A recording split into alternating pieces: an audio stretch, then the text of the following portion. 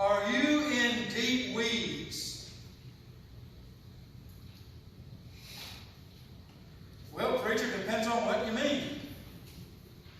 Are we in deep weeds? Sometimes we say that. We say, man, I got in some deep weeds over there. And it may be a golfing term, I don't know. It may be any number of kinds of terms. We can find ourselves in deep weeds. Last week, and in the immediately preceding parable in Matthew's Gospel, in this same chapter, we considered, or it was more about the seed planted in different kinds of soil. The seed was the Word or Gospel of God, and the emphasis was on the differing soils. And we were encouraged, at least implicitly, to improve our soil. Now, in this one today, as we move further into Matthew 13, the seeds and the plants that come from those seeds are people. You and me. And emphasis is on their respective allegiances and also on their proximity to and temporary lack of obvious distinguishability from one another. So you see the similarity of the two parables and the important differences. There is also in this parable a larger emphasis placed upon divine judgment and the final state of human beings at the end of time. So they are similar, and yet they have some differences.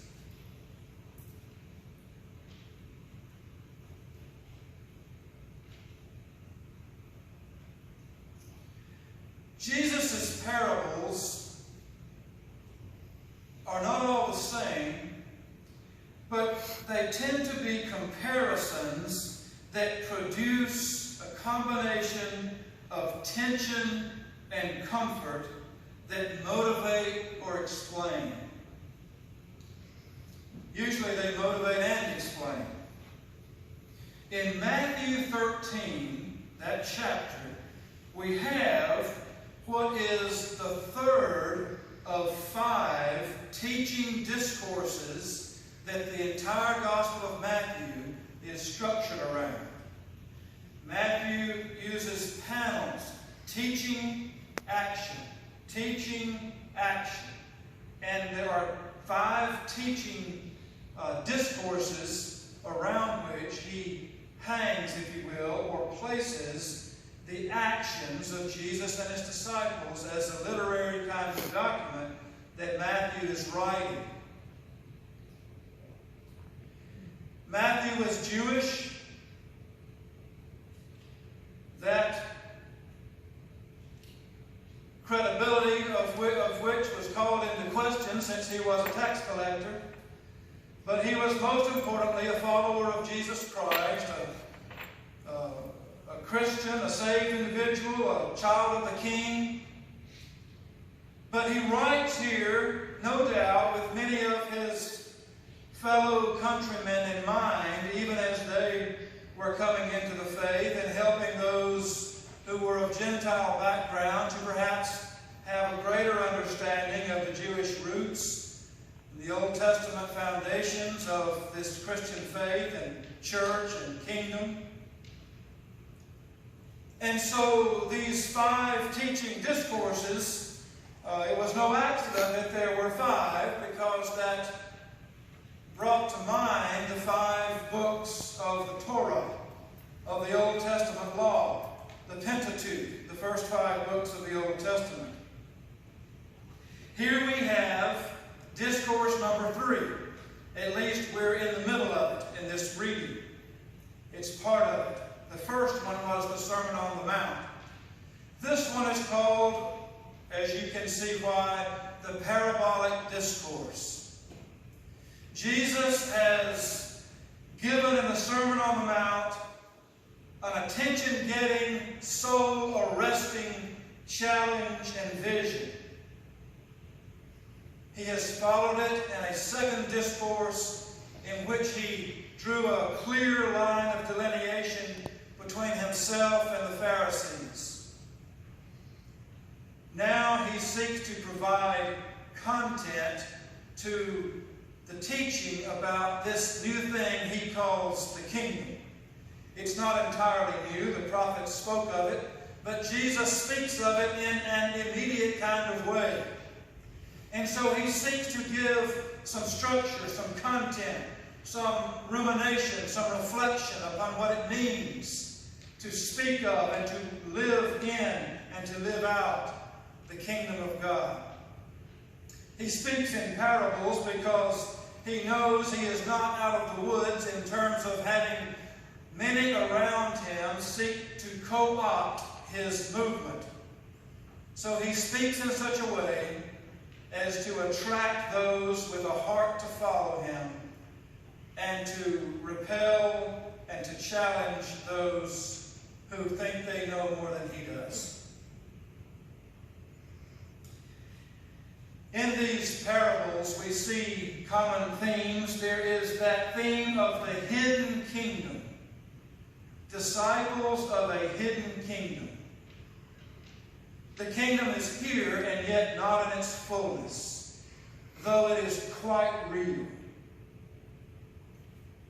We see common themes like the evil in the world not removed yet, though God delivers us in many individual instances from many forms of evil, many of which we may not even be aware of.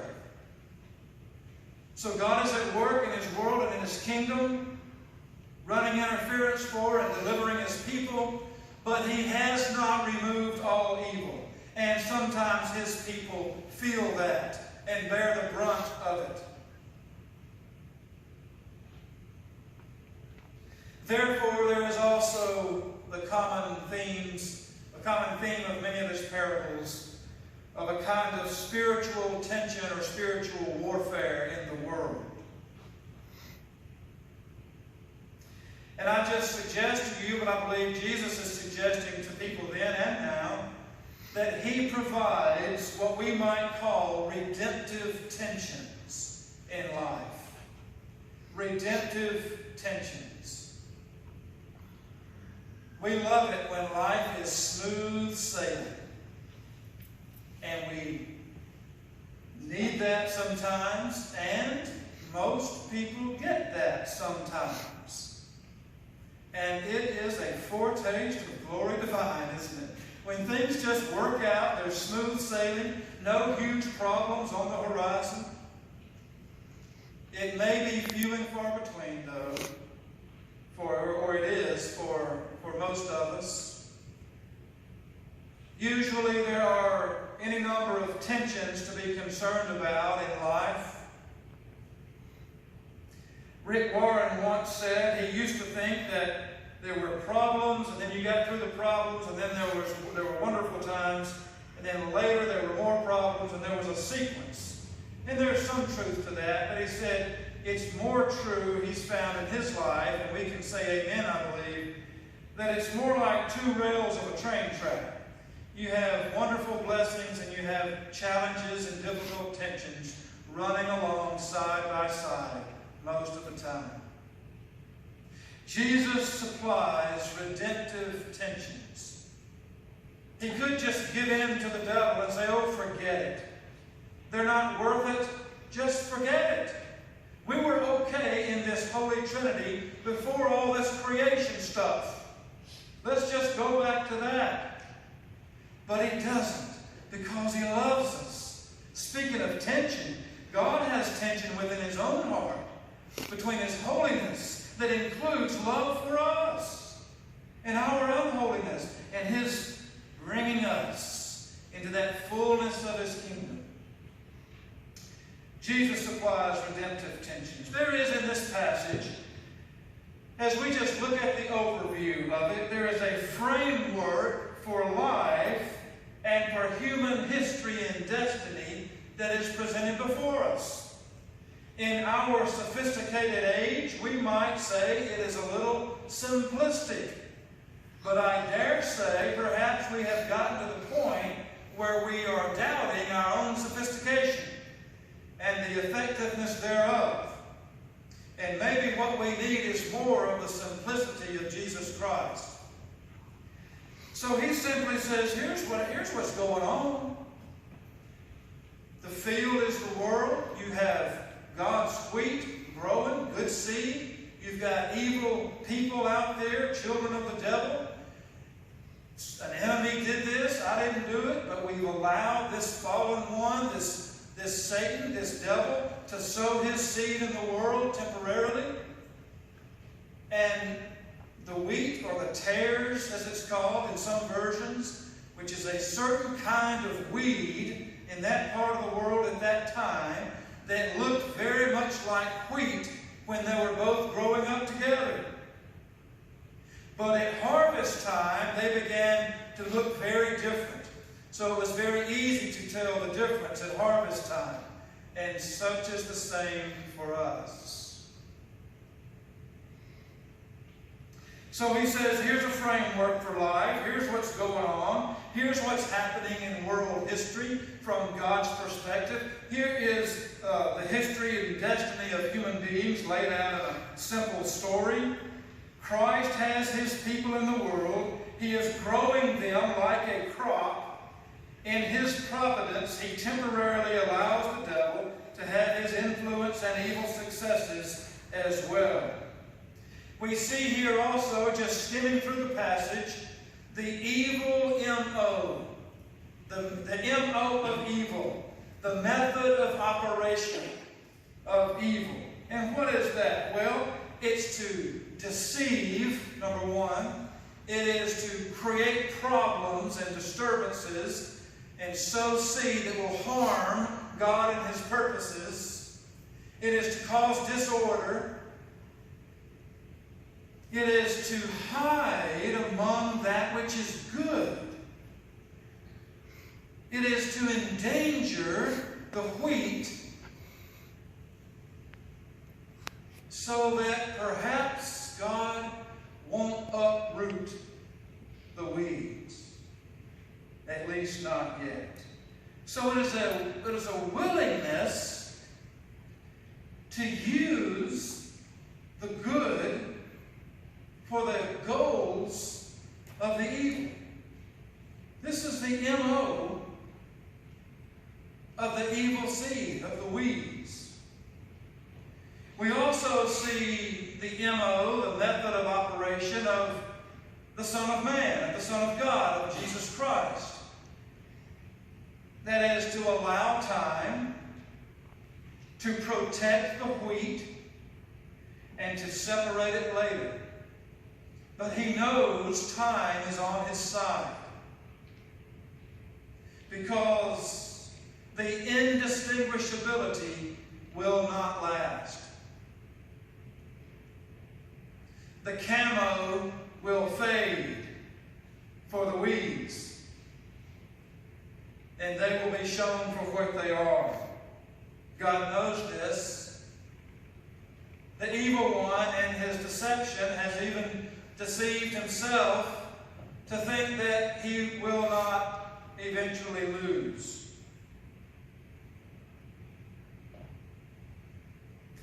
And as I mentioned, there are several verses here on judgment. Several toward the end of the passage. Almost a dwelling upon it. I suggest that there are some tension points here in this passage that suggest our feeling of being in deep weeds at times in our lives, or dealing with anxiety in our lives. One point of tension in the passage for those original hearers, Matthew's original readers, and us today, is the question, Master, if you sowed good seed, then why are there weeds? Why are there tares? And so the tension-based question there is God good? Is God good? Is God personal? Does God care? That is the implied question.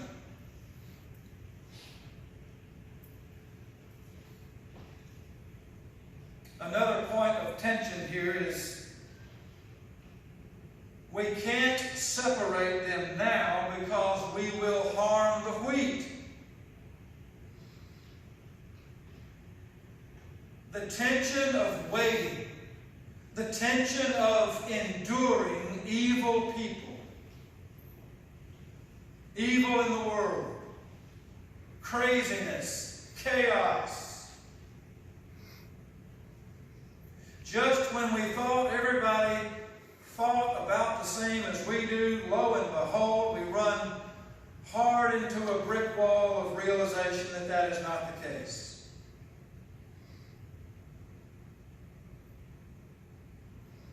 There are wheat and there are tares. There is also, though it's not in this parable, and it's beyond the scope of this parable, but we know from the rest of the New Testament, there is that dynamic activity whereby God is using the wheat to help the weeds to become wheat. Evangelism, witnessing, ministry. It is not a foregone conclusion, we know from the rest of the New Testament, that the weeds, the tares, are just bad seed and they never can change. Because all of us were tares at one time. And by God's grace, we became wheat. And through our remaining in the world, in the field, He may use us to help others who are weeds to become wheat. Like I say, that's not in this parable. That's not the point and the scope of this particular parable. But we need to mention and remember that. Otherwise, we just think, well, I'm a good camp person and that's a bad camp person and that never the twain shall meet. Or the opposite. I guess I'm just a bad seed. Well, join the club. We all came into this world as corrupt seed, but God has redeemed us in Jesus Christ. And He has sown us in the fields of the world as good seed in His grace. And we are His wheat because we look to Him as our only hope of redemption in this life and the next.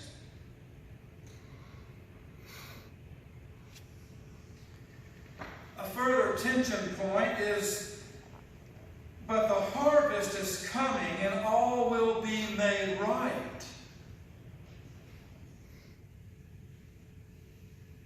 Is God good, having to wait and endure evil people, or just evil in the world, being used of God to help tares become wheat, and dealing with the existential angst and personal apocalypse, if you will, of knowing that the end is coming. We are on that proverbial conveyor belt. We are moving forward into God's glorious eternal future for those who are in His kingdom. But we also have grown somewhat accustomed to this world as it is, and we're not sure what to make of the end of time, and that creates its own point of tension, even for those who have reason to realize they are in His kingdom.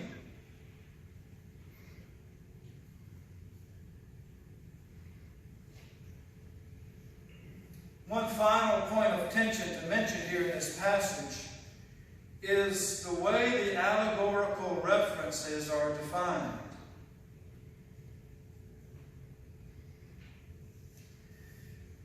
Those references are explained as Jesus, the sower, kingdom people, people in God's kingdom are the wheat, evil people, the devil, angels, and judgment.